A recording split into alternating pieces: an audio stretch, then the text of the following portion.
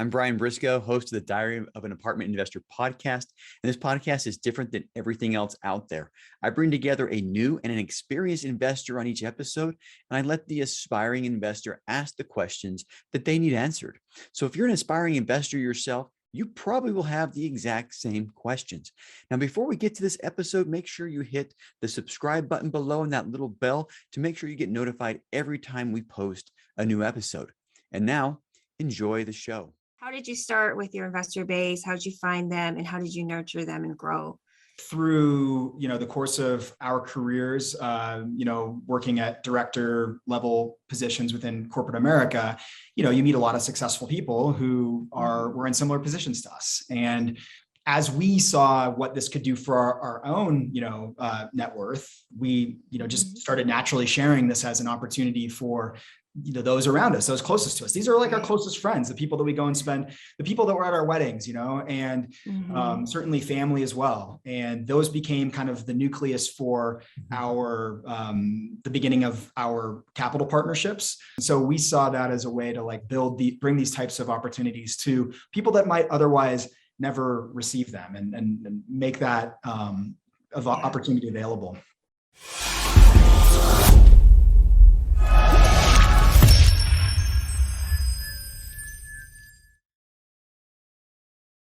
Welcome to the Diary of an Apartment Investor podcast. I'm your host, Brian Briscoe. I've got very excited for today's show. I've got two great guests along with us for another Ask the Expert episode.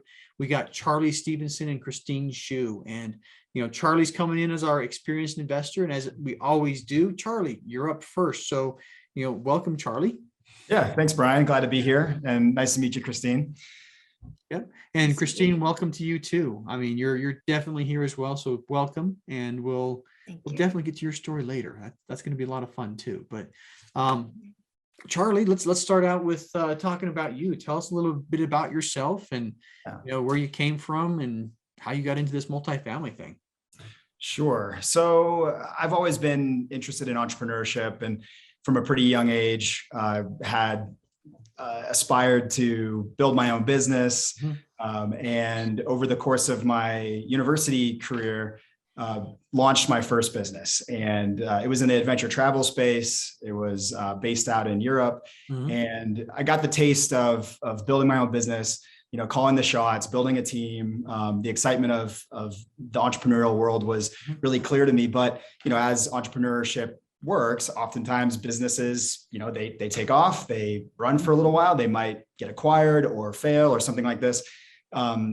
That first business, I ended up transitioning it into a different business, and then which failed after about a year. And so I jumped into the corporate world. So I kind of started going back and forth between entrepreneurial endeavors and working a corporate career for large corporate travel companies. And at that time, I started dating my wife, my now wife, who was working in the corporate track. And so we're both working on our corporate careers, building, wealth and a life together. But we're kind of getting a little burned out of working in the corporate realm. My wife was an investment manager on Wall Street, and that's a really intense type of a place to be in. I imagine that being stressful, to be honest. Yeah, it is. And kind of the ultimate goal is to become made partner, which she was on track to do. But the idea, she was looking around at her partners, the actual partners of the business, and seeing that they weren't particularly all that stoked on where they were. They were making money, but their lives weren't fulfilling for them, it didn't seem. She's like, I need to be figuring something else out. And so actually on our honeymoon, we both decided, let's quit our corporate jobs. Let's go travel and do the things that we really love to do and spend time with family. And while we traveled, we rented our house in Boston that we had bought together and enjoyed passive income. We didn't even really, my wife knew that was what was going on. I didn't really expect that. I wasn't really a real estate guy. I was more of a travel guy. And so as we traveled, we realized that if we scaled this little nugget of passive income into something bigger, we could continue to travel and spend time with family and enjoy that passive income. And so we partnered up with a good friend of ours who had also been on Wall Street with my wife, who had already been investing in commercial real estate. And we decided to build Acris Capital and scale it, focusing on multifamily assets And now we've been together for about 4 years. We started off buying 5-unit multis and then scaled that and stacked that portfolio. Now we own $70 to $80 million in assets, over 10 deals in that time period. So started with smaller stuff, jumped up to, multi-hundred unit complexes, and we've sold half of those assets now. So that's kind of where we are, creating freedom for, ourselves and our investors who come in, and helping to shift mindsets so that people can kind of break free of, traditional employment, work for your time paradigms. So one question I have, and people who've traveled extensively, I love asking this question. Yeah. What's your favorite place? Looking at everywhere you've been. What's your favorite place to travel to? And I get asked this question a lot. I've been to almost 60 countries, and it's not so much a favorite place. It's more of like a favorite kind of experience that I like to look for. Because certainly there's beautiful places around the world. Some are prettier than others, but haven't been to the Maldives, which is kind of like the picturesque screensaver, tropical islands, swimming with whale sharks and stuff. And also been to places like Siberian Russia, where we're on a little like coal-fired train cruising across Mongolia. Some of my experiences in both those places were just as beautiful. It's more about cultural interaction and meeting people and feeling like you're in a place that people haven't been to a million times before. There's something about discovering something new. And that can be in my own backyard. That can be in some exotic locale in any continent. But my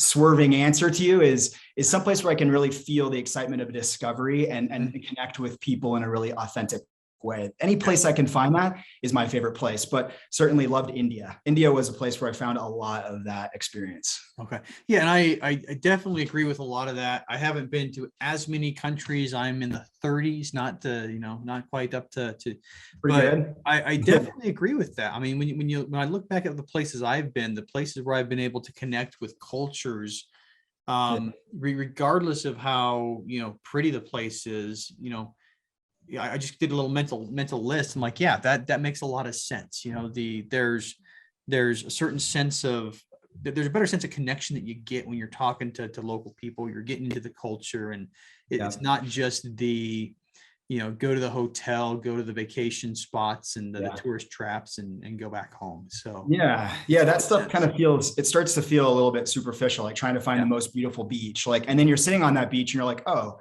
here I am on this beautiful beach, but I'm sitting here by myself. Like, I'd rather be hanging with the Cuban family that invited us to get into their old Corvette or their old Bel Air and cruise up to a family reunion where there's like more chickens than people cruising around the yard. That experience stands out to me more than sitting on, some tropical beach in, who cares what country, So it kind of changed. The whole experience became much more purpose-driven, much more experiential driven. Well, I'll be honest, I like the swervy answer better than just pick the location. So, you're not going to get a strike. No strikes against you on that one. But now we talked a little bit about your enjoyment of travel and whatnot. But something I like to ask everybody about is what their motivation is, what their big why is, and if you can distill that down, and why multifamily, why are you doing what you're doing?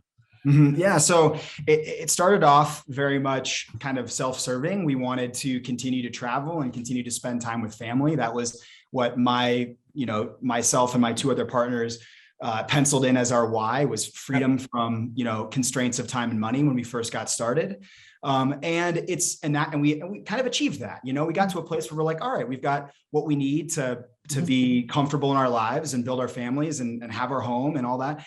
And it started to evolve beyond just having, those boxes checked to, okay, how can we take this success and move more towards significance? How can we actually start to impact people around us? Very much like your question about traveling, we've seen the pretty beach, great. What can we now do to actually create real satisfaction in our lives? And we knew that was based upon being of service to other people. So how can we take our mission and externalize it so that we can start impacting people around us. And that started with our investors. That started with the passive investors that came into our business, our family and friends to start, and people from our careers. How can we help them start to see that passive income can be an access to more time that they can then use to live a more purposeful life? I'm not saying that if you're working a 9 to 5 and working hard, you can't have a purposeful life by any stretch of the imagination, but you might have more time, right, resources to focus on things that really make a difference for you and your communities if you have more time. So it kind of shifted to more about like, how can we help people take success and turn it into significance by changing their mindset, providing them with the resources they need to be more purpose-driven in their lives, which I think ultimately realizes more joy, more happiness, all the things that we, want as humans. Yeah, I'm probably going to steal that. Moving from success to significance. I like that. It's just, I think it's just a powerful little statement right there. And I'm glad you put it like that. So moving from success to significance and helping others to do the same. I love it. So let's talk specifically about, some of the deals you've done. You give us an overview or pick one that's your favorite or whatnot, but give us an idea of what Yeah, sure. So like I said, we buy multifamily assets that are in need of some love. Maybe it's the ugliest building on the block that needs to be remodeled internally, externally, and we want to stabilize these assets and ensure that they're providing an affordable. There's an affordable unit in this market for people that live there and can be proud of where they live, and it's not going to break their bank to live there. So really, it's in the world of multifamily affordable housing. I'll focus on the last deal that we did because we're particularly proud of it. We've done a number of deals now, like I said, about 10 that basically we scaled up our business to doing 100 unit and 300 unit deals as co-GPs, co-general partners on the deal. So we weren't necessarily the lead sponsor, but we learned a lot from those lead sponsors in that process. But then on this last couple of deals, we started becoming the full lead sponsor. And so we actually scaled down a little bit in terms of the deal size, the asset size, so that we could, really prove our own track record. And so the last deal that we did was in the Southwest, and it was actually 2 assets that were within a few miles of each other in the core MSA of Phoenix. And one was a 23 unit, the other was a 26 unit, similar size, similar age of the buildings, both needed interior and exterior remodeling.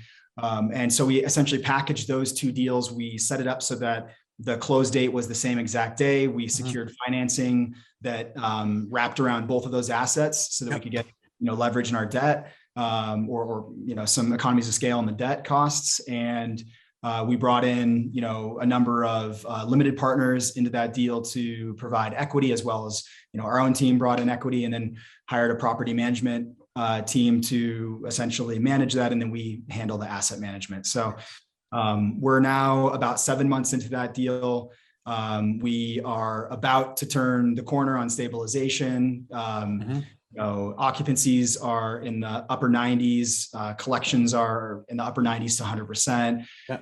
And we've done a lot to improve the interiors, the exteriors, get amenities back online that were offline, like a pool and a laundry room and things like this. So we've got a lot of retention of the existing residents when we first went in, which we're really proud of. Even with some of the rent increases that we've enacted, we're noticing that the existing tenants that were great tenants are staying, and they're referring their families and friends to come and move in. So that makes us really proud because we're creating a really affordable, product in a market and improving it, and therefore improving the whole neighborhood. Yeah. Now, a couple of questions to unpack there. So you package these 2 as a small portfolio. Was it the same seller? No, it's 2 separate sellers. Okay, that makes it a little more difficult if you're trying to do closings on the same day. So. Yep. I mean, congratulations for doing that. It's hard to do with 1 seller and 2 properties, but 2 sellers, 2 properties, and a same day close. That's probably a lot of work. I haven't done it yet. But Yeah, there was a lot of air traffic control for sure. I've got two really amazing partners, one that focuses on acquisition and all the broker relationships. There's actually two separate brokerage firms as well. So that's a whole nother set of, relationships to manage at the same time. And they help to really, my two partners that help with acquisition and asset management are really dialed. We're very process and system oriented as a business. And so every time we have another acquisition, we just pull up our sheets, look through the checklist, make sure that we're doing what we need to do on time. And it creates a high degree of dependability when it comes to closing. And our brokers, our deal providers love it. The sellers love it. And so do our investors. Yeah. That's amazing what you guys were able to do. And I mean, systems and processes, if you got those systems and processes in place, it makes things so much easier, and you're able to replicate and do things better each and every time. And so something else that I like, just the fact you went from co-GPs to actually lead sponsors, which is a big step for a lot of people. And you may have gone down on deal size, but I think you hit the nail on the head. It really is next step for you guys. It's one step up, and I mean, I'm willing to bet those 50 units in the Phoenix MSA cost a lot more than our largest property in South Carolina. So yeah, it's an interesting point, because certainly the deal that we bought in the last deal that we bought in Phoenix was about the same, a little bit less than the sale price for the 111 unit we bought in Dallas. So, we're investing in markets that have data-driven proof for growth. And so the Phoenix market, which is showing a ton of growth, proven growth, is a different market than some of the other ones. And so you pay a premium for, on the per unit cost for a market that's growing like that. So so interesting. You talk about the data-driven approach. I just dropped some cash on, somebody who's a aggregator of data, and they do a lot of rankings. And looking at their top 10 or top 20 cities, 10 of the top 20 are Maricopa County, so, and they have a data. I haven't dove in to figure out what their metrics are and everything else. I just went straight to their list. But the top 5 are all in Idaho, which is where I live. And then there's a Colorado, and then there's a bunch of Arizona ones. So, it is a much higher price, but there's a good reason why it's priced so high, number one. And number two, there's a lot of data that points at those metros, that the Phoenix MSA specifically, there's a lot of data points that are pointing towards it's going to continue to grow. So exactly. Yeah. So don't be afraid of the price point. Yeah, no, I mean, it's a higher cost and a higher barrier to enter. But if you're there, the delta can be similar between what you buy it for and what you sell it for. And as long as you're focusing on, really driving the net operating income and not just waiting on appreciation, you can find some really great deals that are really dependable, that will make sense the day that you close. So, yeah. And here's something else that I realized a little while ago. We started out in areas where you could buy, C-class for 45,000 a door, thinking that would get more bang for your buck. But, in a 6-cap market versus a 4-cap market, $1 of added NOI, which one's going to give you higher returns, the 6-cap market or the 4-cap market? The 4-cap market's the answer. And so, I think you got a lot more potential on value adds in the markets with lower cap rates, so that's, just math right there. But yeah, absolutely. We started originally buying in Washington State, just over the border from Idaho, and in Spokane. And, you could find assets we were buying our first 3 for $50,000 to $70,000 a door. Now, those are currently selling for $115,000 to $120,000 a door, but so there's a $40,000 delta there. But in Phoenix, for example, we bought something for $112,000 a unit just 6 months ago, or actually no, this is our first asset in Mesa, so we bought it in Phoenix over a year ago. And that is now clocking in somewhere around $250,000 a unit. So you're looking at $130,000 delta in a much shorter period of time, because that market's growing Spokane is like still growing, certainly, but it's growing a lot slower. It doesn't have the infrastructure for growth that a big MSA like a number 4, number 5 primary can offer. Yeah. That's a lot of good reasons, and there's lots of reasons why like the big institutions are picking these big city, the bigger cities in the U.S. for their investments. There's infrastructure is one of them. I mean, I live in Idaho Falls, which as far as growth metrics is the top on most charts, but there's a limit to how fast Idaho Falls can grow, because it's just this really, really small town with a really, really small budget, so the infrastructure is going to be the biggest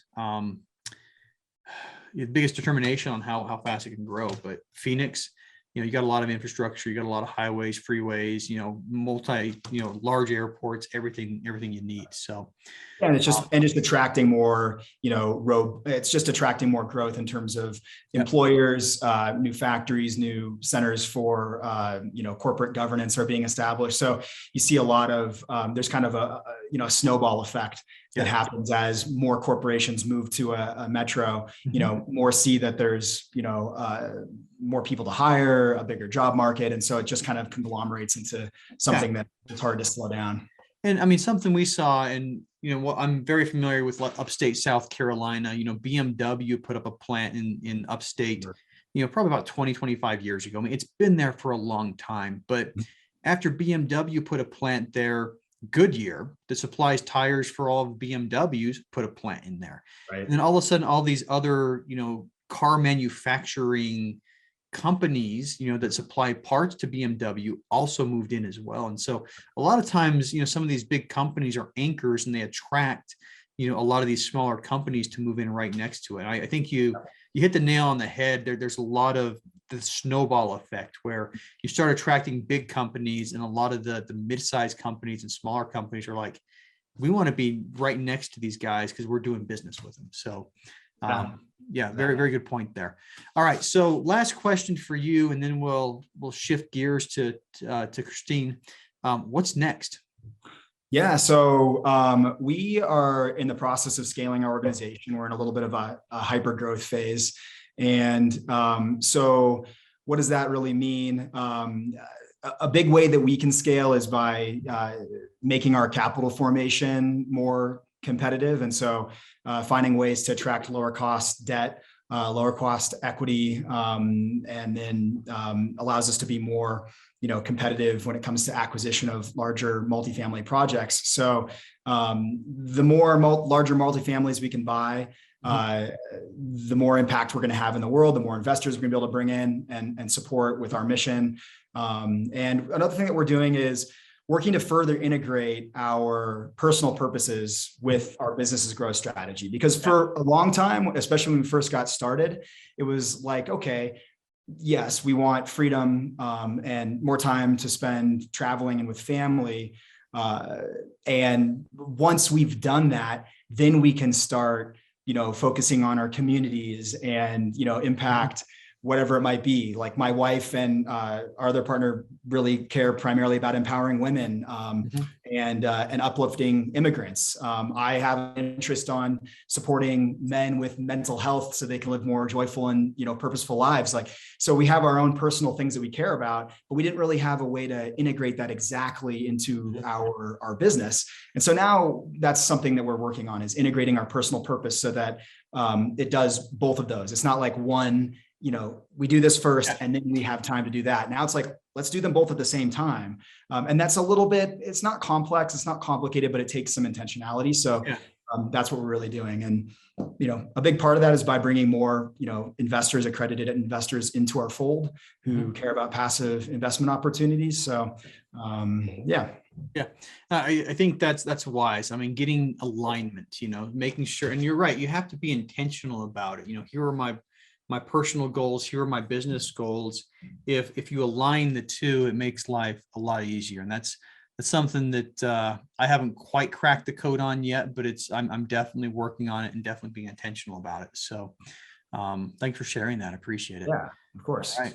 Well, Christine, you've been waiting very, very patiently. Thank you very much. And good seeing you again. Good talking to you. Good to see you too. And thank you so much, Charlie, for sharing your story and your journey. Just really enjoyed hearing all of that. So thank you, and really nice to meet you. Meet you too. Yeah. So So I guess a little bit about me. go ahead. That's Yeah, exactly what I was going to ask. So I am based out of Westchester, New York, which is about 45 minutes north of New York City.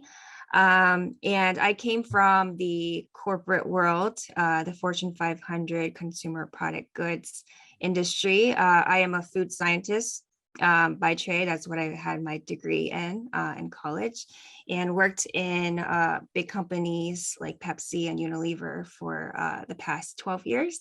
Mhm. And then in 2020, which was, I think a lot of women and families kind of have the same story. I have two young kids. When the pandemic happened, everyone was at home and just juggling and balancing their careers while, also helping to care for their kids at home at the same time. So that was the time when I said, okay, this is really hard to balance. I have to make a decision. And really, it was also years of just my priorities changing with having children and just being more family focused, that my career was really not at the foresight of my mission anymore. Just, climbing that corporate ladder just wasn't as appealing. And so I just kept asking myself the question, like, how can I free up more time so I could spend more time with my kids and just be there and be present. So I'm not just, hiring nannies and babysitters to take care of them, but it'll be me, like, watching them grow and be with them every day. So I just kept asking myself, like, is there something where I could still make income, but also be more present with my family? And just through the years, a lot of things pointed me to real estate investing. So I started to learn more about that and kind of made the shift in 2020 to kind of pursue real estate full time. Yeah. And it's definitely a career that allows that. I mean, something that I'm very happy to do is, I coach 2 basketball teams, and I take my kids to, swim practice and gymnastics all the time, which is something I wasn't able to do, prior to, which given that more quality time with the kids and still being able to make money and make an impact, I think is, a great place to be. So very much appreciate you sharing that. And I think, going along what you said, I think, that the whole COVID pandemic made a lot of people rethink, and my hat goes off to all the mothers who had to end up, putting other parts of their life on hold to take care of, kids who are now home and not in elementary school. But anyway, that's thanks for sharing that. That said, I mean, you talked a little bit about your reasons, but what would you say, if you could boil everything down, what's your big burning why? Yeah. So I talked a lot about my kids, and at the time that I made that decision to pursue real estate full time, my second son, who is now 3 years old, he was actually born with a disability. And the first year of his life, a lot of my time was spent seeing doctors and going to therapists. And really, I think, just making sure that I had, as a family, me and my husband, that we were providing for him for the rest of his life. For us, legacy is not just passing down, our nest egg to the next generation. It's making sure that our son is going to be taken care of. So working the W-2 job, I feel like the wealth that's created there is so limited. And, I don't even feel confident that even if I were to work up the corporate career, that he would be well provided for from, for the rest of his life. So it's really ensuring that he's going to have that support and care, and that we have that wealth that we're generating for a family to free up that time and the financial freedom to support him, just to be there for him physically, mentally, emotionally, and also financially. So that's really our biggest why, is to ensure that he and his older brother are taken care of.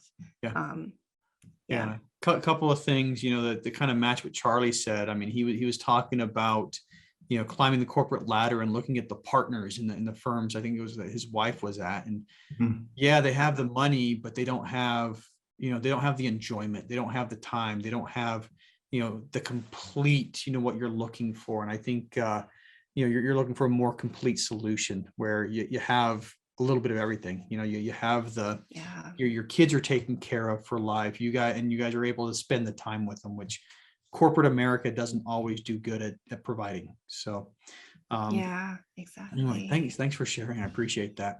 Yeah. Well, now comes my favorite part of every episode, where I hand the mic over, and so Christine, we got Charlie on the line. What do you want to ask him? Yeah, so I have a couple of questions, and I was writing down notes. You mentioned that you moved from the co-GP route into being a lead sponsor. Like, what kind of prompted you to do that? And what advice do you have to others who might be interested in pursuing that same path? Yeah. So just backing up for a second, when we first got started, we were buying these smaller multifamilies with our own internal capital. So we had acquired 4 deals, kind of as lead sponsors. We were the lead sponsors because we were the only people in the deal, as us and my 2 other partners. We didn't have any other investors. We were really lucky to have taken, some small chunks of capital that we had saved over the course of our careers and deployed that into our first deal, and then made some money on that. And then we stacked that and put it into our next. So we kind of got this little flywheel going. But your question about like move. So then we were like, okay, we've done these smaller deals, but everybody that was a mentor of ours was like, you guys should go much bigger. You should really be going after larger deals, but you can't just jump into buying a 100-unit or 300-unit asset. You probably can't even get a lunch date or a coffee date, for that matter, with the deal providers. These big brokerage firms have large buyers lists, and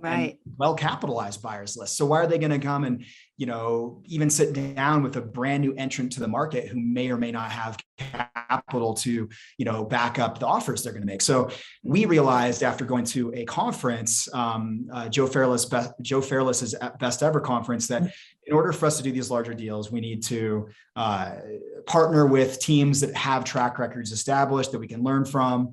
We're going to take a smaller role in these larger deals and have smaller amounts of compensation, related to that, but it's going to give us the learning and the track record that's going to allow us to then, actually jump into those much larger asset acquisitions as the lead sponsors, as, the sole, primary investors. And so,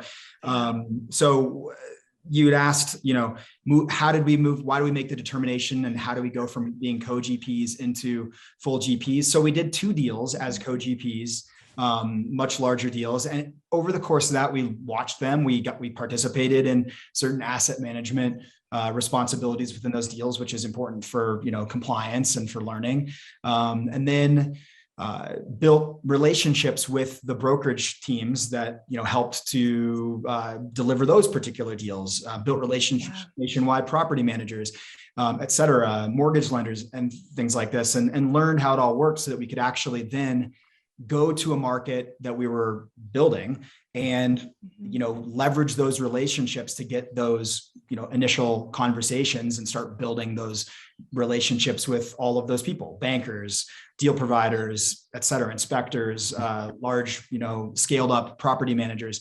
Otherwise, we just wouldn't even known who to go to and how to begin that. So that's how we began doing it kind of on our own. And then that became sort of a policy of ours, was we don't want to be involved in a deal that we're not a lead sponsor on. We don't want to just capital raise. We want to be, the primary driver of the assets business plans. And so we turned down a lot of opportunities to just come in as a co-GP, bringing, a little bit of experience, but mostly capital, so that from our investor networks, so that we could, really focus in and ensure that the deals that we do were the lead sponsors, and we're generating most of the value and have most of the control. Because ultimately, our main stakeholder in terms of growing our business are our investors. We need to preserve and grow their equity, and preserve and grow their capital.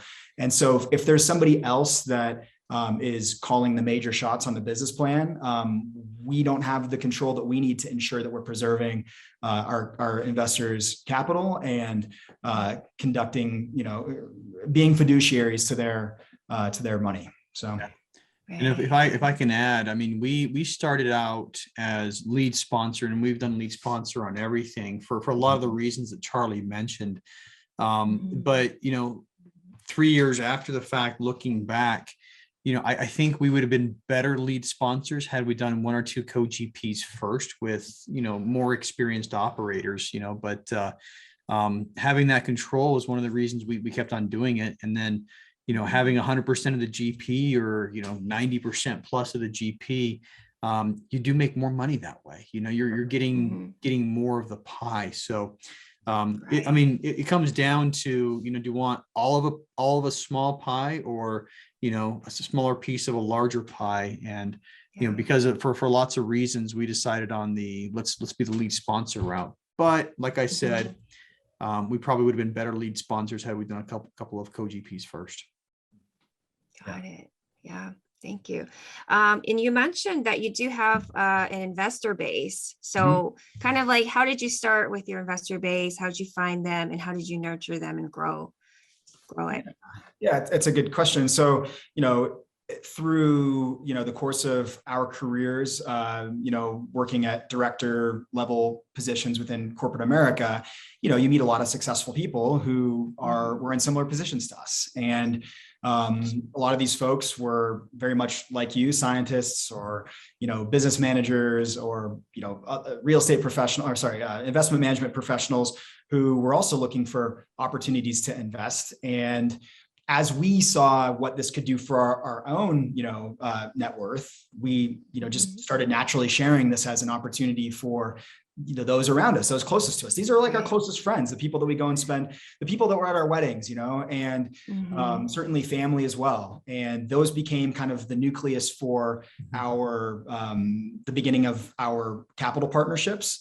And then over time, those relationships as we performed with our assets, those grew by way of referral. If we meet and beat our investment objectives, a lot of times that's exciting for our investors, and they want to share that opportunity with their friends. We realized pretty early on that this asset class, this set of opportunities is still kind of new.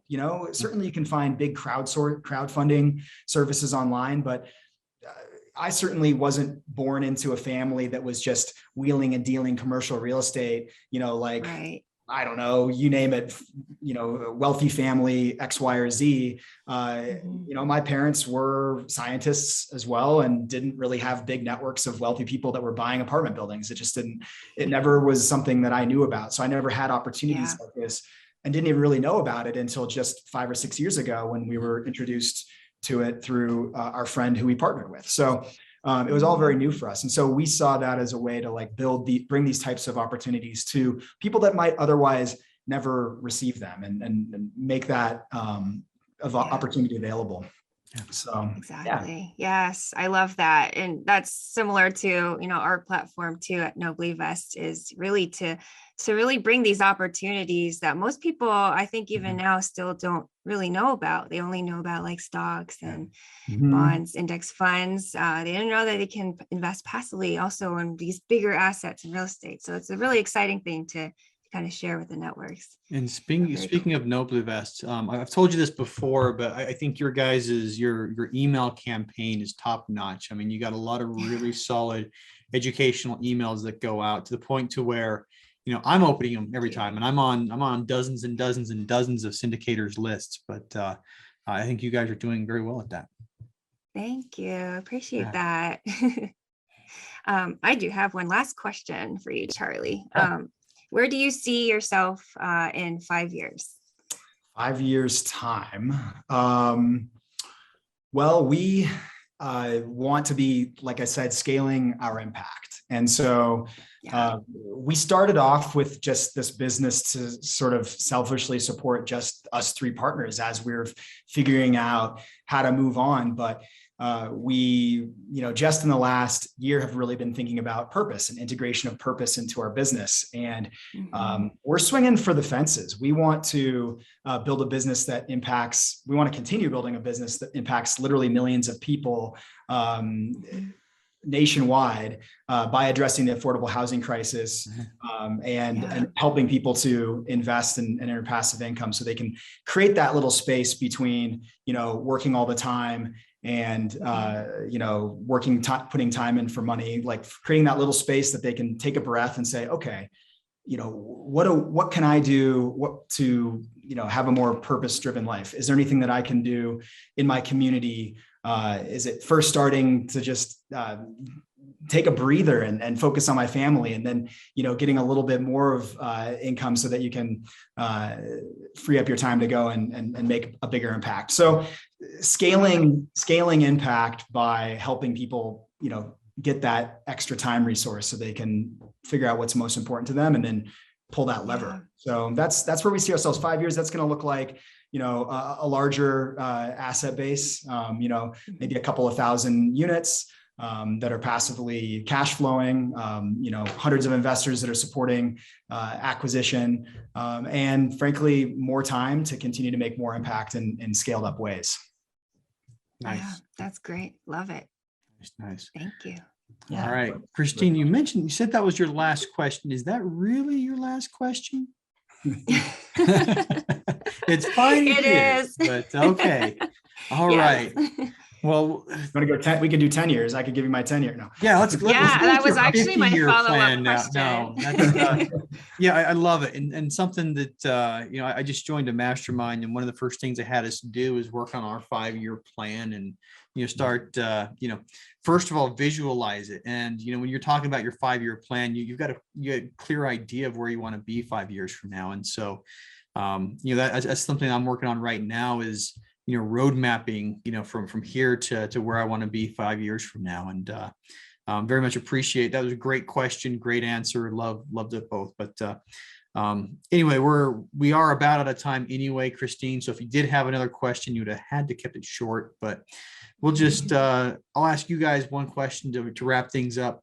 Charlie, you go first. How can listeners learn more about you? Yeah, so we have a pretty built out website with all kinds of resources.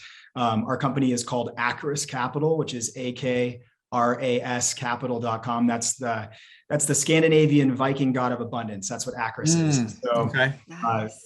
Just awesome. And so go to our website, acriscapital.com. We have, like I said, lots of resources. We have an ebook. You can sign up for our Acris Insider newsletter and see what our team's up to. And you can even schedule a meeting to speak with myself or one of my partners or my team, so you can learn more about passively investing with us, especially if you're an accredited investor. We're looking to bring on more into our stable to deploy capital into more multifamily projects we have in the pipeline. So I'd love to have a conversation with you.